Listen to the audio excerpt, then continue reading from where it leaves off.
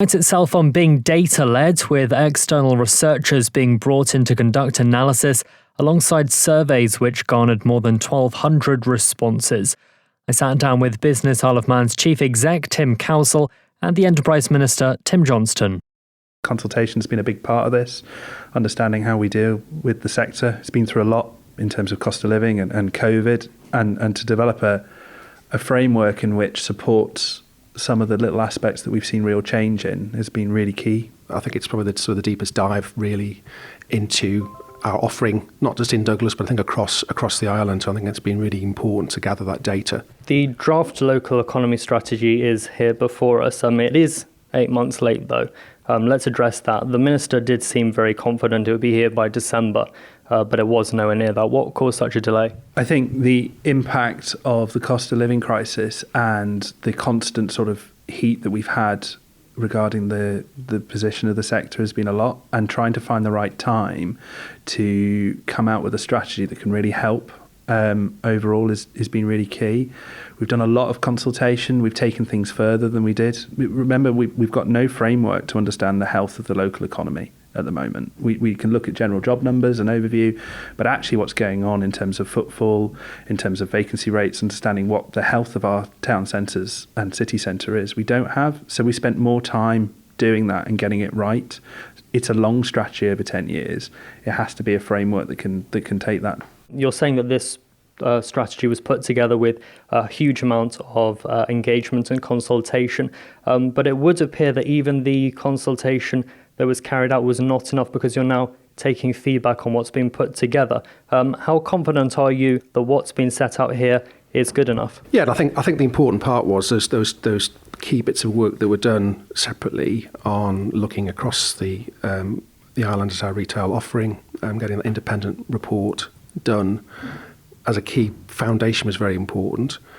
Yes, there has been a lot of engagement with local businesses, obviously with public consultation.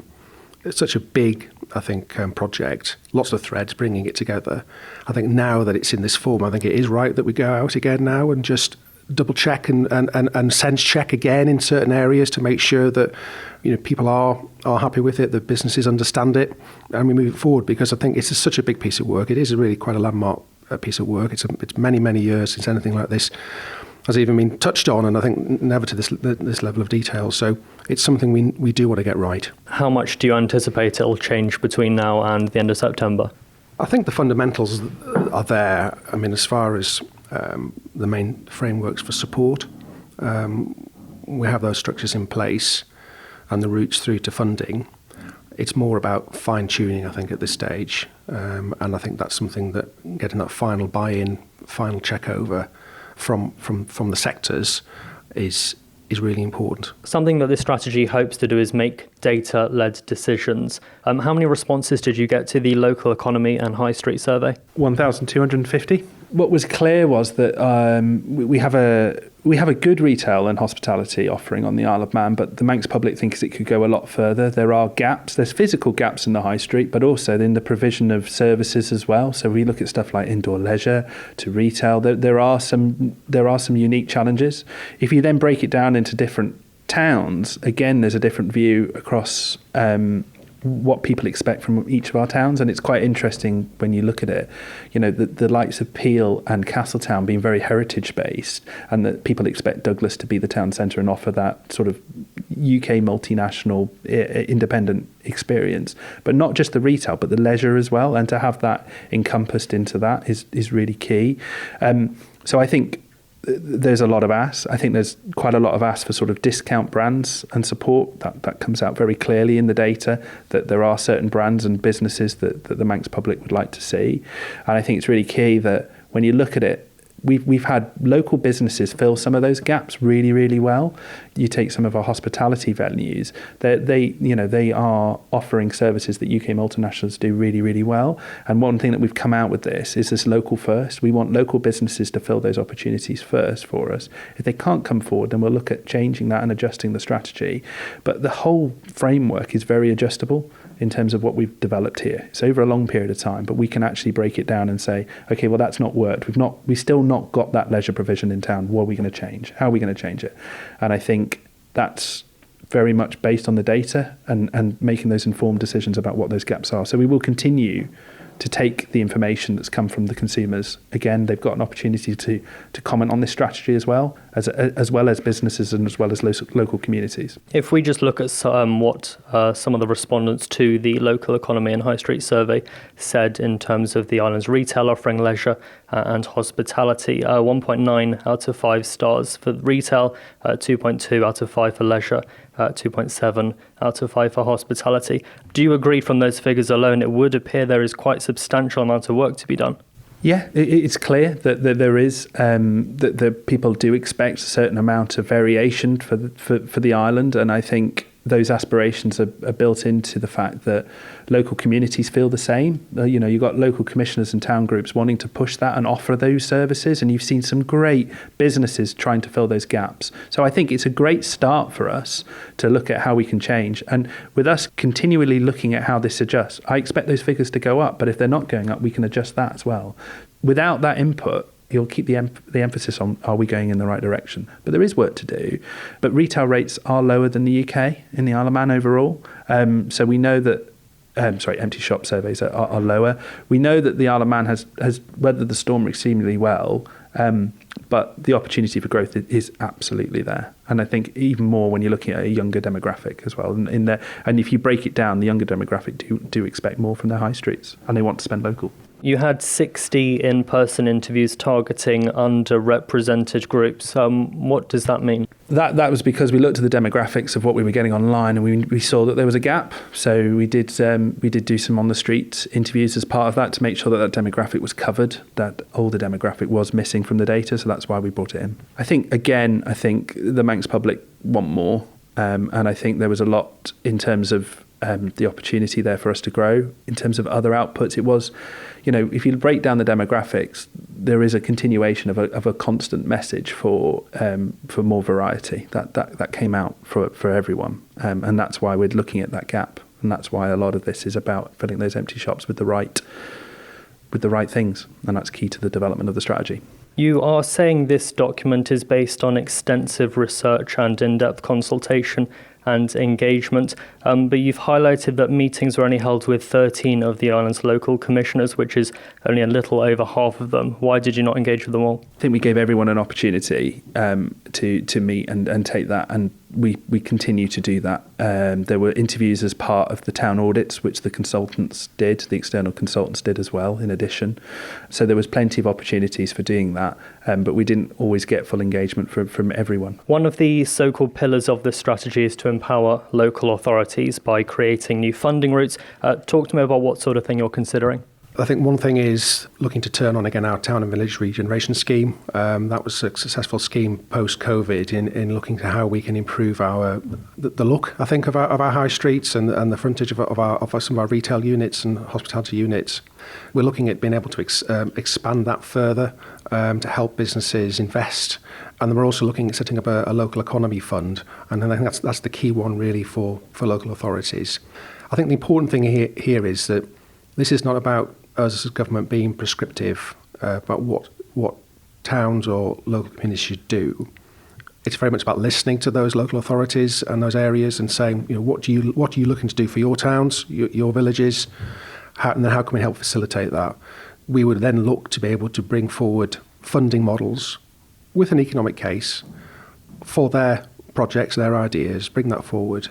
By having that data, for example, for footfall and shop vacancies, be able to measure that and see how we can help those local communities. And certainly when we had our meeting recently in Ramsey with the Northern Chamber of Commerce, the local authority of Ramsey very, very keen to be involved in that, a lot of local businesses, and they're very enthused by that prospect of being able to have that big say in their future of their town, because at the end of the day, they're the number one people who understand their town, and if we can help facilitate that, then that's a really positive thing to do.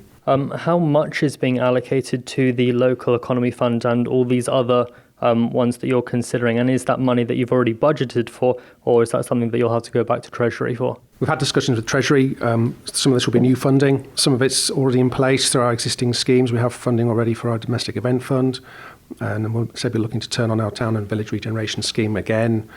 We also have funding in place, for example, for our business efficiency schemes. But yes, we would be looking through this domestic offend fund to go forward, so the local economy fund to go forward. We'll be looking for funding for that. And certainly as it's an economic case, I imagine it would be a case of looking at the economic strategy fund and taking projects forward to that with a business case to access that funding. So the idea is that we fill those empty units with new jobs, and that's very much the repayment plan for any new funding, is that we can see that spend come. Well, one, we can see the consumer spend increase through the footfall, and then the other part is filling those empty shops. The sector is so huge in employment that we only need a small change of percentage change to make a big difference to the Manx economy. And so that's very much how this has been built, on that basis, so that we monitor it, we understand it, but also it has that economic benefit. But we cannot take the wider impact of this sector makes the Isle of Man viable. And I think, the local economy sectors, people won't live here unless these things are here for us. And so the importance of that isn't lost, and it is highlighted in the economic strategy, highlighted in the Island Plan about building these communities to make sure that that's the right offerings there. Do you have a ballpark figure as to how much is being allocated so far? Not at this stage, no. As I say, I think it goes out to the consultation now. We'll go through that process, and then we'll be looking to apply for funding. We have to look to see how this funding is seen as an investment. It is taxpayers' money going in.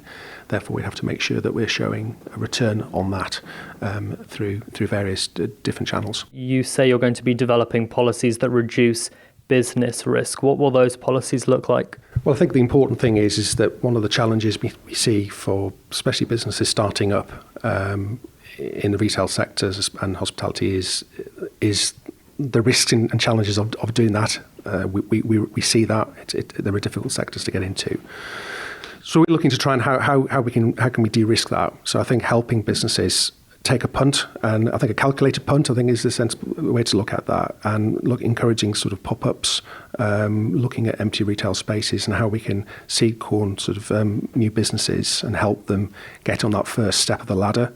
Obviously, we already have our business improvement scheme. We offer business support, and we'll continue to do that. And then as these businesses develop, we can then look at the next stage, which is likes of the town of village regeneration scheme, which we want to extend further away from just shop frontages, but also to looking how we can help those businesses fit out shops and invest and create those businesses going forward. Are there strategies around taxation for business at all? Could we see tax relief to incentivise X, for example? I think at this stage, that's not been looked at. I think that's a Treasury issue, really. That's a broader issue for the economy, and it's not something that this particular strategy will be looking to tackle. I want to look at some of the strengths and opportunities that you've listed in the strategy now, and you've said clear targets set by the climate change plan is one of the strengths and opportunities.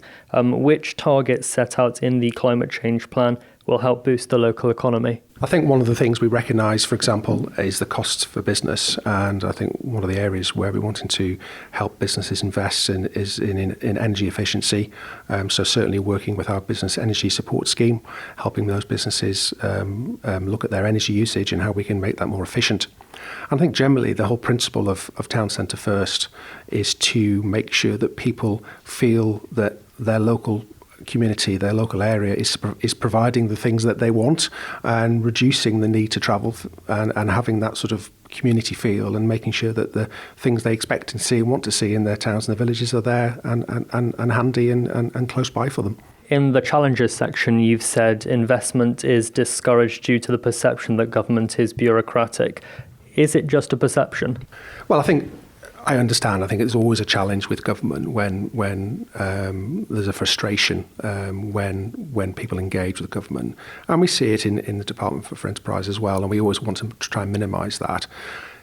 Ultimately, when we are looking at investing, putting grants forward through our schemes, it is taxpayers' money. I think it's right that we make sure that those extra checks and balances take place. That takes time sometimes, and I think that can be frustrating. I think one of the things we should be doing as a department, and I've certainly always talked about, is sort of creating that level playing field and making it easier for businesses to do business. I think this strategy very much feeds into that, and helping and enabling businesses to move forward. But I always recognise that, it's always a challenge to reduce that, and it can be frustrating at times. But even more important, why we engage with as wide number of people as possible to feed into this strategy, so that when we are developing schemes and strategies going forward, that they are user friendly. Let's talk about one of the other pillars, which is reducing barriers to business. How are you going to be going about reducing barriers to business? I think when Minister said about the energy saving scheme, that is a big cost. When we look at big costs for businesses, utilities, it is really, really hurting a lot of businesses in the day-to-day. You can't go into a cold pub, in the winter. A lot of the things that they offer is that. And I think looking to help make businesses more energy efficient is a key part to that. There's a lot to try and understand in terms of POS systems, accountancy, savings, or the sort of day-to-day running of a business is getting more and more expensive. There are a lot of services that are available to UK businesses that could make a really big difference to Manx businesses, especially when we look at point of sale and technical stuff. The strategy will look to support those, to develop them, to give more access to those businesses, to allow to get those systems, to understand how they can make efficiencies in their business. We have the business improvement scheme at the moment, but taking that a step further to really help understand how these businesses can act more lean and work and help them develop further. And it's all about being sustainable in that position. A lot of businesses have been under a lot of stress, and they haven't had perhaps the support to get those barriers down, and perhaps may even see higher barriers by living on having their business on the Isle of Man, and we kind of want to bring those down. One of the things that the chief exec here has said is that the return will be measured by filling jobs and having new shops open. You've previously stressed a lot that we have record low unemployment, to the point where businesses are saying they can't grow or expand due to a lack of available workers.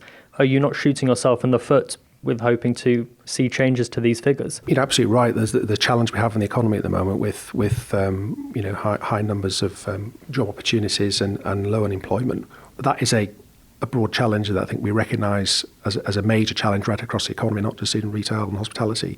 But it is a key challenge for them. So I think as part of this, the bigger picture, of course, is making sure that we are, yes, growing our working age population, but also making sure we've got the housing in place and the wider work that government needs to do to make the island attractive and make sure that we've got the space for the people we need.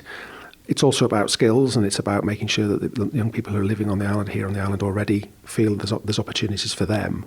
And certainly we recognise that often the retail sector, hospitality, that's quite a challenge, and obviously the costs of living on the island and relatively low wages in that area. That's why it's important that we drive up wages and where we can, and drive and help those businesses move forward so that they can be attractive to employees and help them. So again, this strategy is about helping those businesses move forward, helping to grow the cake, if you like, so that they're more profitable and have a more sustainable future. While we're on metrics, we might as well talk about how you're going to measure success. The major point is these local communities taking on these initiatives and ideas and bringing them to us, and then we will monitor the impact of those. So there's three variables in which that will happen. One is footfall. So we will collect a baseline of footfall across the island, and then we want to see these initiatives make a change.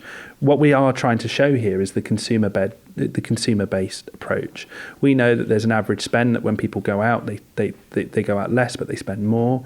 We understand some of that information, and what we're trying to do is level the playing field to give those opportunities to all those businesses in those town centres.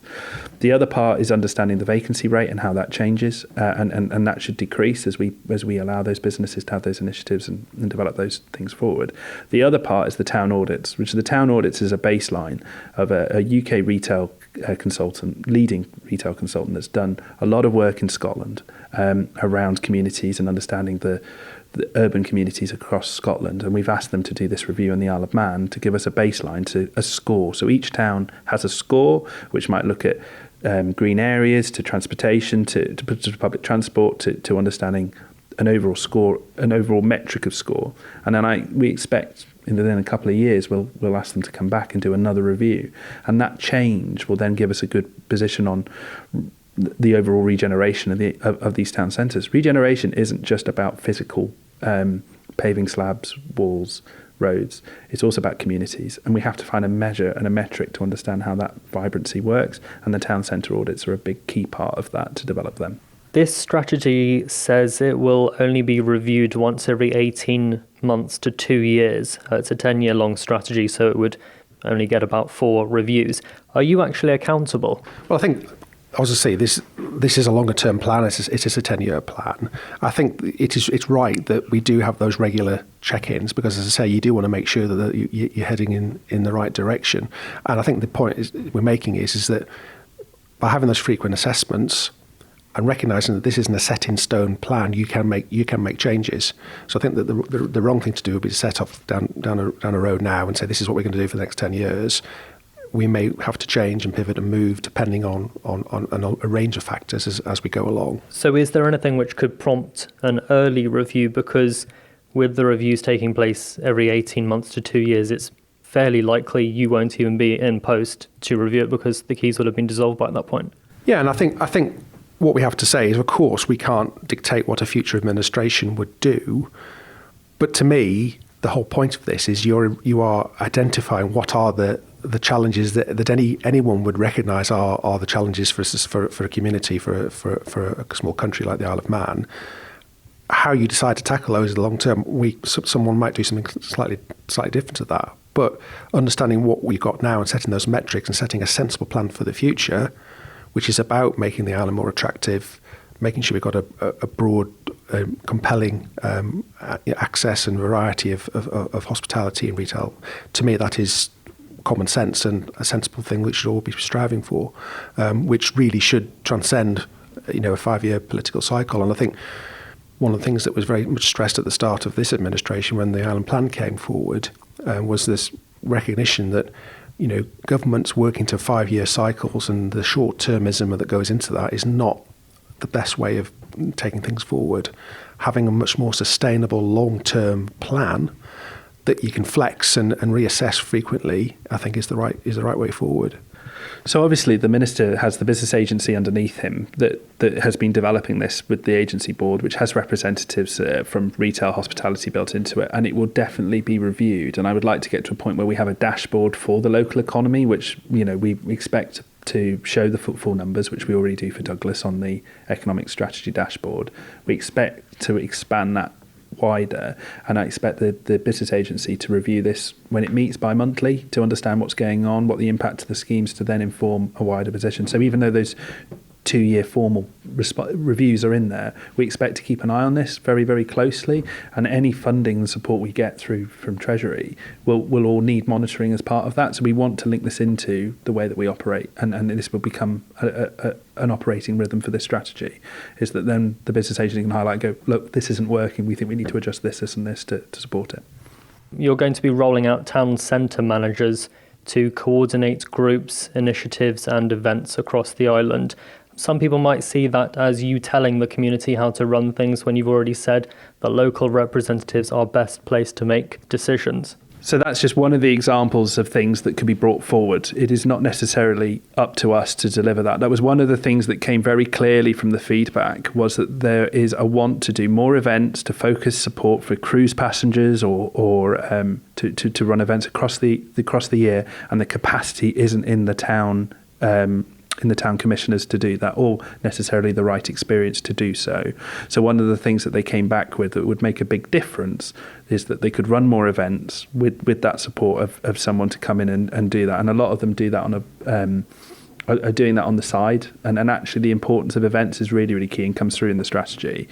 That really does help making businesses sustainable is around a good events calendar. So it's just an example. It doesn't necessarily mean that we will roll it out. And I expect that quite a lot of the commissioners will work together on that basis, because coordination of events is really key. I have heard the police say there's only so many cones, so you can't run events all year round, all at the same time. And so they did talk about the need and requirement for a coordination. And that's all it is. It's a suggestion for that to move forward. Thank you for making it to the end of the Manx Radio newscast. You are obviously someone with exquisite taste. May I politely suggest you might want to subscribe to this and a wide range of Manx Radio podcasts at your favourite podcast provider, so our best bits will magically appear on your smartphone. Thank you.